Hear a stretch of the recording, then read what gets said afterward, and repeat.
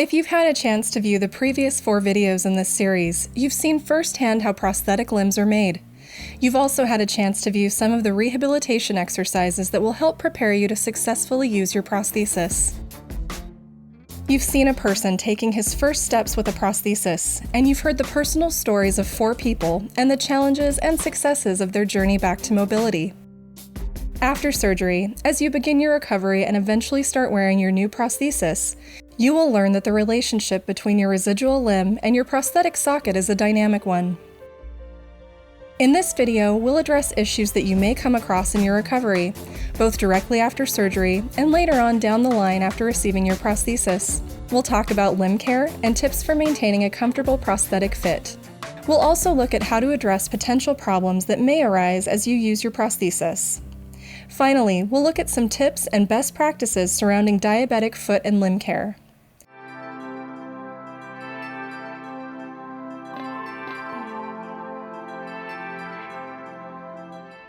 Here is Orthopedic Trauma Institute physiatrist Lisa Pasquale to discuss what to expect after surgery, along with some useful tips as you begin your road back to mobility with your new prosthesis.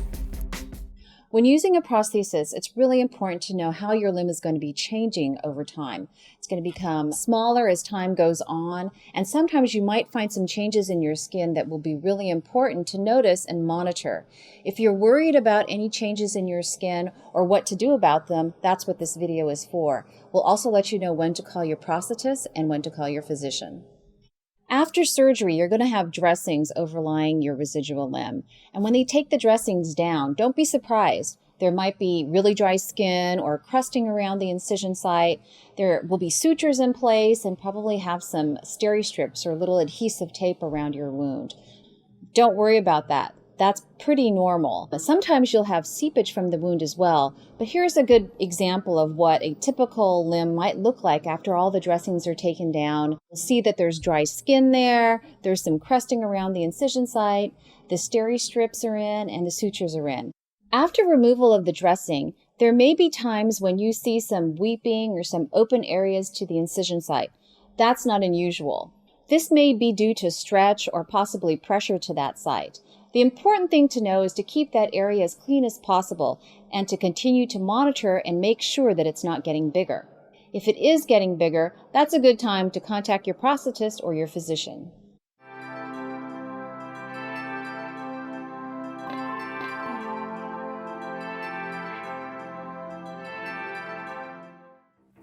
Once you've received your prosthesis, you will need to learn how to ensure that it continues to fit your residual limb correctly. Following some basic tips can help you maintain a healthy residual limb and a comfortable socket fit. Here to give us a closer look is Orthopedic Trauma Institute prosthetist R.T. Deshpande. It is important to maintain a healthy residual limb before, during, and after the fitting of a prosthesis. In order to do so, it is crucial to desensitize the residual limb, to mobilize the scar at the distal end, to prevent any contractures or tightness, and to maintain the volume of the residual limb. Desensitizing the residual limb means reducing the hypersensitivity of the residual limb and making it more tolerant to force and pressure. Whenever a residual limb is within a prosthetic socket, it is prone to some form of pressure and shear, which can cause discomfort and pain. Desensitizing is also important to reduce any phantom pain or phantom sensation. Desensitizing the limb can be done in multiple different ways, like massaging and tapping. Massaging the entire limb helps soothe the nerves and reduces their sensitivity. By consistently providing a changing input to the nerves, the hypersensitivity will decrease and prosthetic use can become more comfortable. To begin, gently rub a smooth textured fabric across the limb back and forth in circular and random directions. Once this has been achieved, you can move to a more textured material. The distal end of the residual limb along the suture line is a sensitive area. Tapping along the distal end should be done initially gently and gradually applying more force. It is important that the incision site is well healed and there are no open wounds when performing desensitization. Scar mobilization is an important technique in the rehabilitation of the residual limb. Immediately post-amputation, the scar tissue adheres to the underlying soft tissue and the bone. This can cause pain, pressure, and blisters within a prosthetic socket and can make prosthetic fitting very uncomfortable. It is important to mobilize the scar tissue away from the bone and the underlying soft tissue. This can be achieved by placing 2 fingers over the distal end of the bone, press firmly, and then move your fingers over the bone in a circular motion, keeping the tips of the fingers firmly against the skin. This helps free the skin and the soft tissue from the underlying bone and prevent pain when walking with a prosthesis. Contracture of a joint is very common post-amputation. Contracture is caused by shortening of the connective tissue and the muscle around a certain joint. It can cause limited range of motion and can also cause the joint to freeze in a certain position. It is easier to prevent a contracture than to correct it. Contractures can be caused by inactivity due to certain medical conditions, which can result in limited range of motion of a certain joint. Contractures will make the fitting of a prosthesis more difficult and can prevent optimum functional outcome with a prosthesis. Contractures can be prevented by stretching and strengthening exercises. Stretching exercises will involve moving the joint through the entire range of motion of that particular joint. Strengthening exercises will also prevent muscle atrophy and will help strengthen the muscles for certain joints. In the first year after the amputation, there's usually some form of swelling on and off. In the initial stages, right after the amputation, there is always swelling that is managed with shrinkers. As the time progresses, the swelling reduces. Even after a prosthesis is fit, some patients do have to deal with some form of swelling. This is called chronic edema, which persists over a period of time.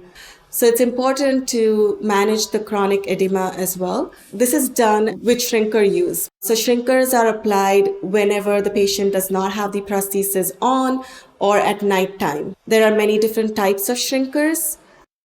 Some shrinkers are just in a sock form, and the patient just has to stretch the shrinker and apply it over the residual leg. They should make sure that there is no wrinkles or no folds, especially around the bottom of the residual limb, and that the shrinker is stretched all the way to the top. Some shrinkers come in tubular forms. These are applied on the residual limb in the same pattern, where the patient stretches it and pulls it over the residual leg.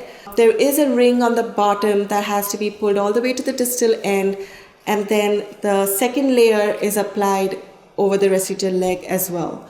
The above knee shrinker comes with a hip extension and a pelvic belt. This goes around the patient's waist and is fastened. This helps prevent the shrinker from sliding off, and it helps with suspension and correct positioning of the shrinker on the patient's residual limb. It is important to make sure that there is no folds or any wrinkles on the shrinker when applied on the residual limb. Some areas to watch for would be the distal end of the residual limb, as well as back of the knee in the popliteal area, or in the groin if it is an above the knee amputee. Shrinkers are applied 24/7 before a prosthesis is fit, but once a prosthesis is fit, shrinkers are applied only at nighttime and when the prosthesis is taken off. This is done in order to maintain a consistent volume of the residual limb. In order to maintain optimum socket fit, it is important to maintain the volume of the residual limb. What this means is that we need to keep the shape and the size of the residual limb as consistent as possible. Many different factors affect the volume of the residual limb and cause fluctuation in this volume. Factors such as diet of the patient, salt intake, water retention, whether the patient is on dialysis or he has any heart conditions, or alcohol use can cause changes in the residual limb. If the patient's residual limb is fluctuating in volume, it can affect the fit of the socket and it can cause skin breakdowns as well as discomfort and pain within the socket. So we talked about maintaining the volume of the residual limb, and in spite of making as many efforts to do that, there could still be some fluctuation in the volume. How do we handle this fluctuation? The fluctuation in the residual limb can be from morning to evening, or it can be from one day to another. One good way to manage fluctuation in the residual limb is by sock management. At the time of delivery of the prosthesis, the patient is provided with many different ply socks. These socks are different thicknesses and they help with adjusting to the fluctuation in the residual leg. As the residual limb shrinks, we can add more socks in order to maintain a snug fit of the socket. If the patient's residual limb swells or increases in volume, the patient can reduce the sock and still be able to maintain a good socket fit. Now that you've got your prosthesis, it's important to continue doing things that will keep you healthy, pain-free, and able to use it. Here with some best practices to help you achieve that is Orthopedic Trauma Institute prosthetist Alex Shimkus. So one of the most important things about being provided with a prosthesis is to continue to stay healthy and active. You've gone this far in the rehabilitation process, and we want to continue that even after you've been provided with a new prosthesis. This can include things like using any sort of ambulatory assistive devices that you've previously used, such as a cane or a walker. And we basically just want to make sure that the fit and the function of the prosthesis continues to be appropriate even after you've been provided with one. With physical therapy, continue to do any sort of exercises that have been prescribed to you. We also want to make sure that you don't overdo anything. Take it at a slow pace and make sure that you're not going to be pushed back in your overall rehabilitative process. Socket adjustments will continue to be a really important part of the prosthetic process as you move forward.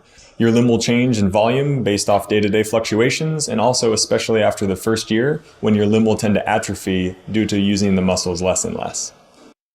Generally, a prosthesis will need to be adjusted whenever you've gained or lost anywhere from 20 to 25 pounds. This can also extend into sock ply management, as anywhere from 10 to 12 socks is generally too much, and we need to make some overall adjustments to the socket fit.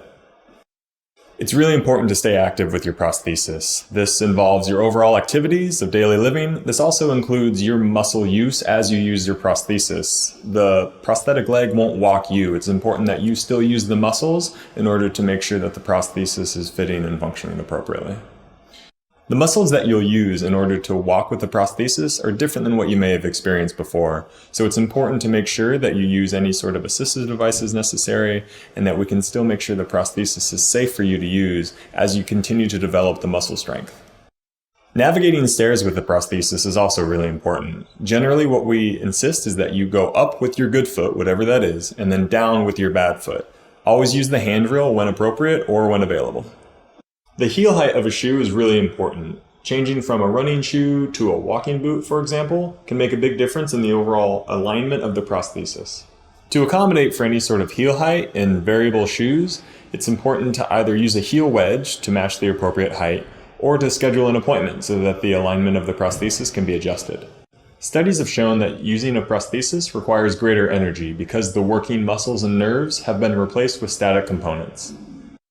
Energy above baseline includes 10 to 40% for transtibial amputations, 41% for bilateral transtibial, 65% for transfemoral, and 0 to 8% for wheelchair users.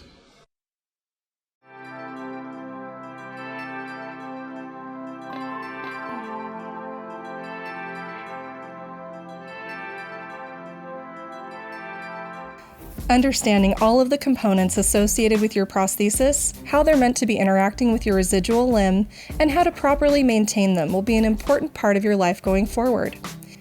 Here to take us through the care and maintenance of your prosthesis and its components is Orthopedic Trauma Institute prosthetist Lynn Dunbar. It's really important to make sure that your prosthetic gel liners are in good shape, that they're not stretched out. The reason for that is because if they do get stretched out, they're not going to be as comfortable. You might get more shear forces against your skin irritations might develop, and possibly the suspension might be compromised. So it is really important to make sure that your liner, your gel liner, is in good shape. If you wear a suspension sleeve, it's also very important to make sure that that is not stretched out because it can compromise prosthetic suspension. So at the end of the day, when you take your prosthesis off, make sure you check your skin. Make sure there's no red areas or skin abrasions or any problematic areas that need to be treated. If there is something developing that is of concern, please contact our department, our prosthetics department, so we can follow up and make any adjustments that are necessary. We can make reliefs. We can provide more pads inside the socket to support your limb. It's just very important to make sure that your limb is in the prosthesis comfortably and appropriately and fitting well. Hygiene is very important. It's important to take your prosthesis off at night, take the liner off, and wash it with soap and water. Whatever soap and water you have that you use normally for your shower or bathing is appropriate. And then once a week, use rubbing alcohol to clean the liner, the inside of the gel liner. And this prevents bacteria from growing. It's a warm environment inside the gel liner where you perspire and you're wearing it all day. So make sure that you keep good hygiene with your gel liner. So we usually give 2 gel liners to the patients, and what you can do with that is you can wear one and wash one at the same time. So at night, when you're through using the prosthesis, you can wash the gel liner with soap and water, and then you could hang dry it in the special stand that we have and let it dry overnight, and you will also have a second liner in the morning that you can use that's dry and ready to use. So water can damage your prosthesis. Make sure that you don't wear your prosthesis in the shower, don't take it swimming with you, and especially don't put it in the ocean water. Salt water is very corrosive and can damage prosthetic parts. It's very important to have follow-up appointments. After you receive your prosthesis, we'll have you come in a week or 2 later and make sure the alignment and the fit is appropriate and correct for you. We will likely need to tweak the alignment a little bit as you learn to walk and have a consistent gait. Oftentimes the socket will need some padding or reliefs made, so we'll make adjustments as appropriate. After the socket fit is more consistent for you and you're walking well, you'll need to come to our department for follow-up visits every 6 months. If you start hearing any odd noises coming from your prosthesis, please come in and have us take a look at it, make sure that all the parts are secure and there's no damage that has been done to your prosthesis.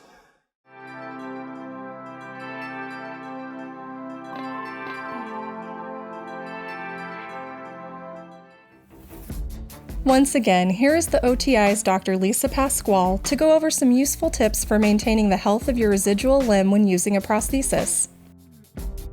Your prosthetist will be giving you a shrinker sock to use on your residual limb. This will help to begin to shape your residual limb from being very swollen to having a more tapered look. It's important to don the shrinker sock properly. Make sure that the end of the shrinker sock does not get bunched up under your knee or at the back of your knee.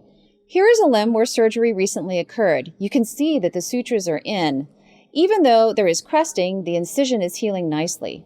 Now remember, dry skin is not unusual. Gentle cleaning with warm water and soap will help. You can see that there is a band-like appearance below the knee and that the knee looks swollen. The top of the shrinker sock was basically bunched up below the knee, creating a tourniquet effect and subsequent swelling of the knee. To prevent this, pull the sock over the knee instead of letting it bunch up below the knee, and this will eliminate this problem. In this particular picture, we see again what happens if the sock is not pulled over the knee, and what can happen to the skin in the long run. We now have skin breakdown at the back of the knee. Of note, the surgical incision site itself looks very good. You can see, though, that the limb looks like it is somewhat swollen. This is likely because the tourniquet effect of the sock prevented the swelling of the limb to be mobilized. As a result, prosthetic use might be delayed as we wait for both the wound and the swelling to be decreased.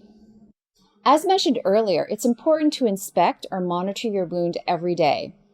You can do this by using a mirror so you can look at the very end of your residual limb.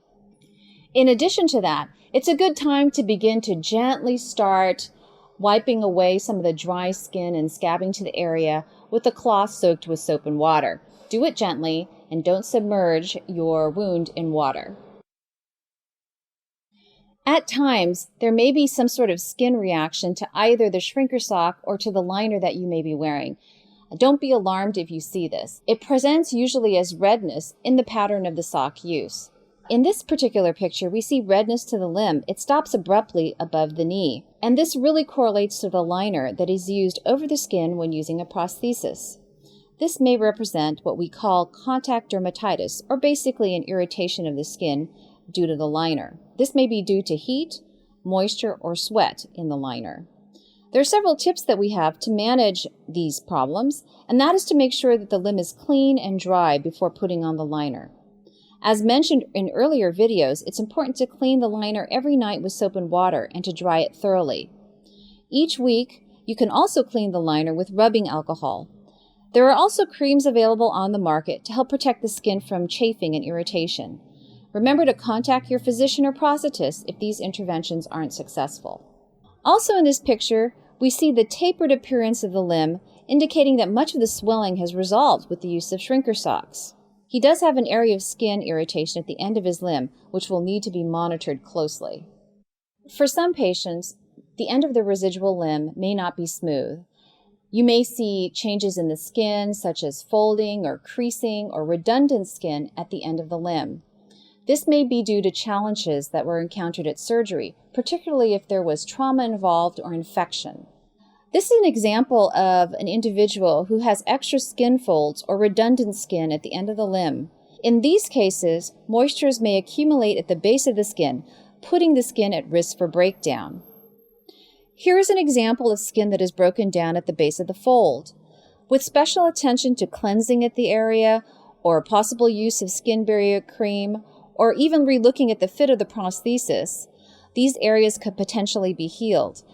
If you see any changes with your skin in terms of breakdown or open areas, make sure to keep that area clean. And also, it would be a good idea to stay out of your prosthesis to allow healing. Contact your prosthetist or physician to make sure that they know that this is happening and to make sure you don't have any evidence of infection.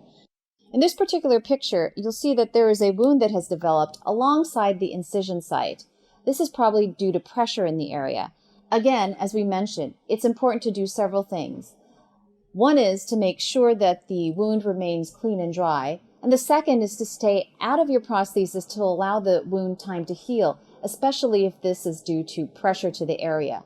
Again, contact your prosthetist or physician to let them know that this is occurring so that you can make sure that you don't have any evidence of infection.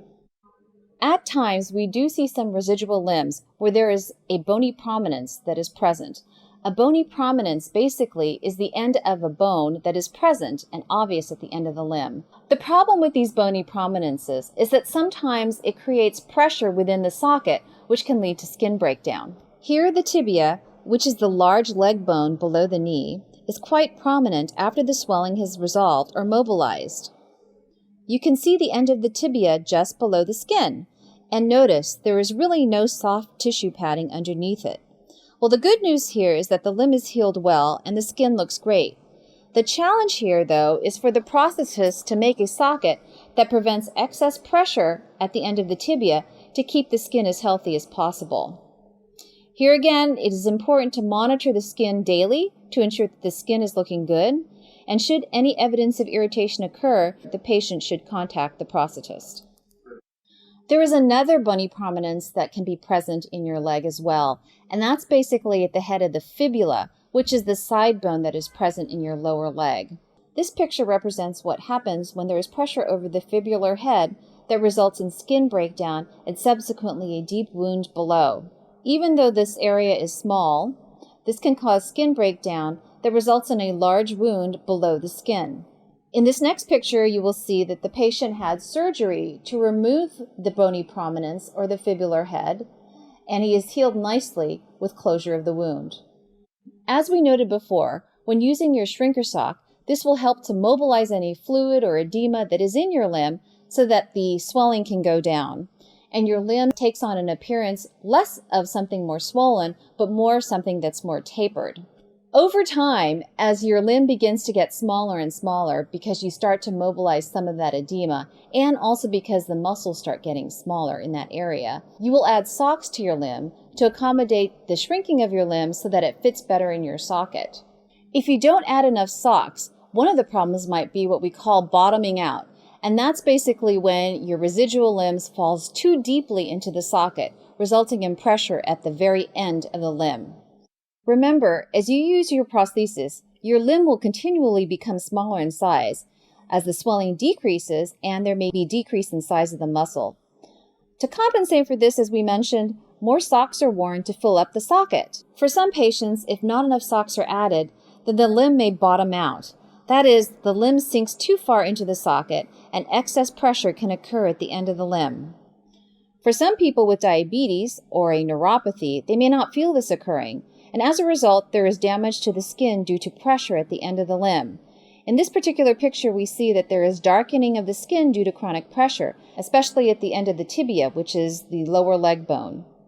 What should one do in this particular situation? One possibility is to add more socks, but at the same time, you should probably contact your prosthetist to let them know that this is going on. In this particular picture, you can actually see indentation of the end of the socket liner, which is resulting in excess pressure and darkening of the skin. Again, it is really important in this case to call the prosthetist and the physician, especially because of the presence of an open wound. For some people, instead of bottoming out or basically going too far into the prosthesis with their limb, there are some people who don't go far enough into the prosthesis, and that's usually because their limb is swollen. The swelling can occur because of potentially heart failure or more edema in the limb, or potentially a gain in weight. When this occurs, you may also see darkening of the skin at the end of the limb as representation of suctioning occurring between the end of the limb and the bottom of the socket. When this occurs, it's important to see the prosthetist, as the prosthetist may be able to tell you whether or not you're using enough socks, using too many socks, or if any changes in the socket needs to take place. Our goal is to make sure you keep your limb as healthy as possible. In that way, you can ensure optimal fit of your prosthesis so you can make the most of your prosthetic use.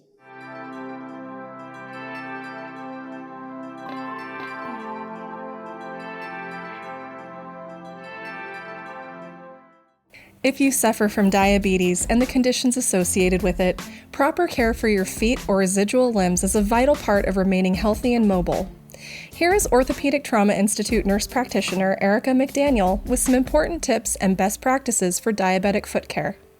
If you have diabetes, you have a high risk of getting problems with your extremities, including your hands and your feet, because of loss of sensation due to elevated blood sugars that could lead to neuropathy. When neuropathy begins, it's very important to be screened about every 3 months to make sure that there's no significant changes, or if there are calluses or any other deformities, that we treat them urgently so that it doesn't lead to further worsening problems.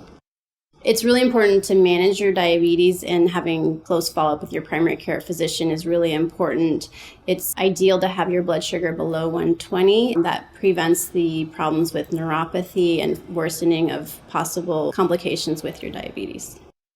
It's important to check your feet daily. If you yourself can't actually reach and see the bottom of your feet or the sides, in between your toes, you should have a family member help you or a friend. You can also use a mirror propped against the floor to take a look. What we're looking for is anything that isn't normal, so if a cut or any dried blood or redness or anything that's looking like it's not good, it's important to go to the urgent care or the emergency room and call your primary care physician. It's important with your daily hygiene to wash your feet with a mild soap and a mild exfoliator to remove any dried debris, and also that gives you a chance to examine your feet. It's important to dry thoroughly in between your toes to reduce risk of moisture buildup and infection. It's important to use a moisturizer after bathing to keep your skin supple. It reduces the risk of cracks in your skin and then softens calluses. This helps to keep your skin supple and reduce the risk of cracking and wounds. It's important to keep your nails trim. If you yourself cannot do so, your provider will send you to a podiatrist who can assist you with that task. Also, your provider may instruct you not to do it yourself due to loss of sensation of your feet, and that increases your risk of infection. With diabetes and the risk of losing sensation to your feet, it's advised to never walk barefoot. You should always wear socks in the house or shoes, and especially out in the community, socks and shoes are very important. Again, with diabetes, with neuropathy, the ability to sense hot and cold is diminished, so it's important to always test water before you're going to take a bath or do any immersion in water. With the loss of sensation, you have a high risk of getting burnt, and that could be from extreme cold or from extreme heat. It's important to stay away from electric blankets and heating pads and close to furnaces or heater type of units. You have a high chance of getting burnt from being in close proximity to these devices because of the loss of sensation. Before you put on your socks and your shoes, it's really important to check inside both to make sure there's nothing funny that's sticking inside that may hurt you or may change the fitting of your shoes. You may be eligible for extra depth shoes and custom insoles if you have history of amputation, history of ulceration, or peripheral neuropathy. You do qualify, so please ask your doctor if this applies to you. It's important to get an annual foot exam from your primary care doctor or from a podiatrist. In this exam, you will be tested for your circulation with checking your pulses in your foot. Your sensation will be examined using a monofilament. We'll be checking to see if there are any callus formations, any cuts or bruises or open wounds. Your muscle strength will be examined as well. If you do have any weaknesses or any deformities such as amputations, this is helpful to be examined often to then make appropriate shoe gear with fillers to cover for these deformities. In the physical exam, you'll also be asked to walk, and this is so we can examine your gait and see if you have any deformities or any problems with any extra pressure that you place on your feet when you walk. If you have history of amputation or other complex problems with your feet, you will probably be asked to see a podiatrist more than once a year. If you have any concerns or any abnormalities in your feet, it's really important to go to urgent care or the emergency as soon as possible. Don't hesitate to contact your primary care doctor. While this video has covered a multitude of tips related to both diabetic foot and residual limb health, along with the use and care of a prosthesis, it is always recommended to seek the advice of a medical professional regarding any specific questions that you may have.